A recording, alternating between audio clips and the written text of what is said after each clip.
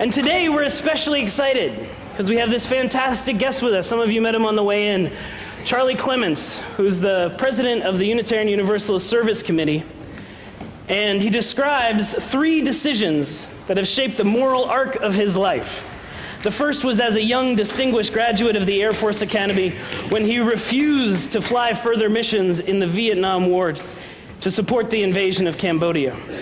The second occurred a decade later when, having become a Quaker and a physician, he volunteered to bear witness in El Salvador and ended up working in rural communities that were bombed, rocketed, or strafed daily by some of the aircraft which he had once trained on.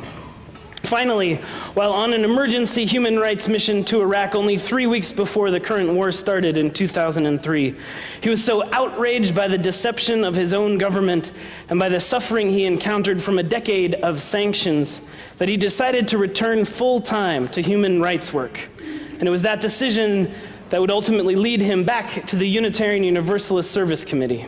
He lives now in Brookline, Mass., with his wife Gigi and their most important projects in life, their son Eric and their daughter Jessie. It's wonderful to have him here with us today.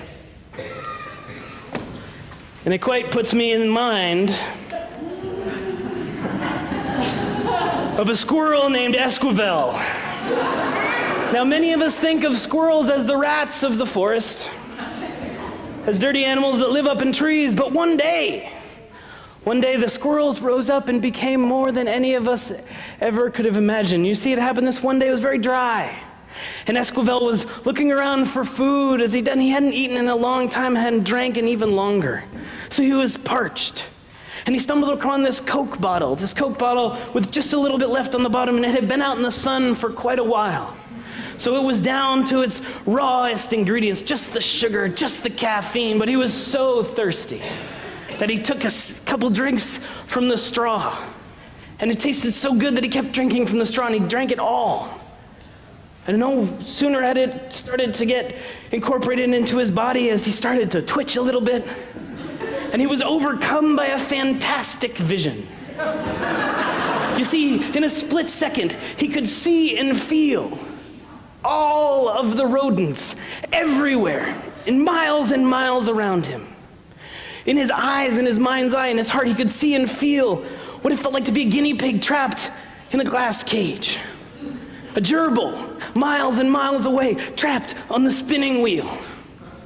And a hamster, even farther away, desperately wanting one huge drink of water and getting only one sip at a time. One sip, one sip, one sip.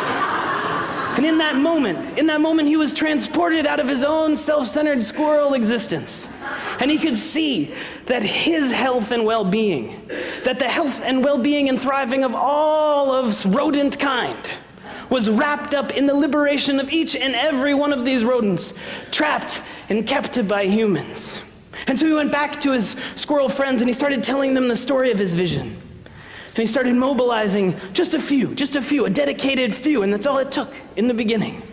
Because they started running rogue missions in the middle of the night. They started breaking in easiest houses in the beginning, places that left their windows open. They snuck in, they peeled off the little mesh toppings on these things, and they brought these hamsters and gerbils, teddy bear hamsters, all sorts of rodents back out into the wild. And they were set free, and these gerbils and hamsters and teddy bear hamsters, they knew a freedom that they had never known in their existence. And the crazy thing was, what we know as those hamsters, it's just their larval stage. When in the wild, when confronted with the rigors of the forest, they became huge and mighty beasts. Fearsome, strong, proud beasts. And more, they saw the fruits of their actions, and the squirrels got excited, and all the liberated rodent kind got excited. And they set free almost every rodent they could find. But that wasn't even enough. You see, having tasted the fruits of liberation, having been set free themselves, they knew, a few of them especially knew, and then the others followed. They knew that it wasn't enough to set their own people free, that they had to branch out. And sure enough, astride these huge and fearsome guinea pig beasts, they set free monkeys that were trapped, rabbits that were being experimented upon, and they were the most fearsome force of animal liberation ever known to creation. And so may we.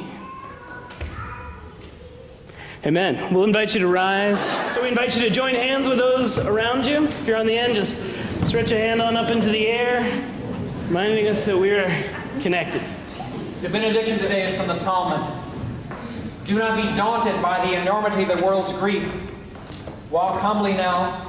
Love mercy now. Do justice now. You're not obligated to complete the work, but neither are you free to abandon it. Amen. Amen.